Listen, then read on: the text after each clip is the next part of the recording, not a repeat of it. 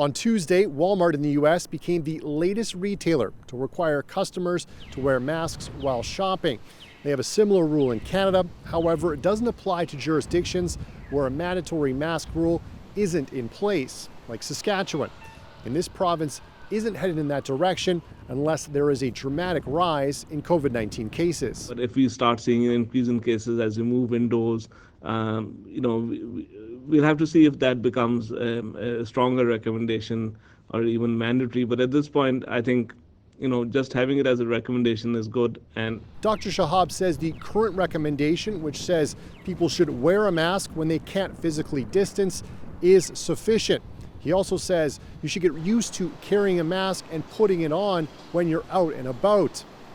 Now, Ontario, including Toronto and Quebec, have recently put in rules requiring people to wear masks while indoors.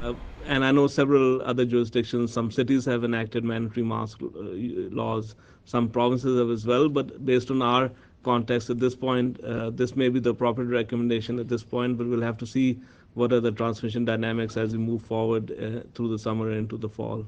One indoor space where the government has not yet recommended mask use is in schools this fall. The president of the Saskatchewan Teachers Federation says if masks are being provided to voters and election workers on election day, as is planned, then why not for the thousands of students and teachers who attend every day?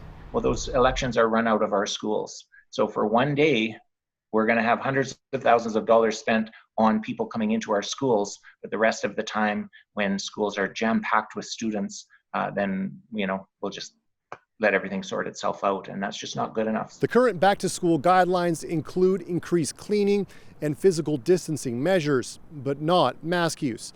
Adam Hunter, CBC News, Regina.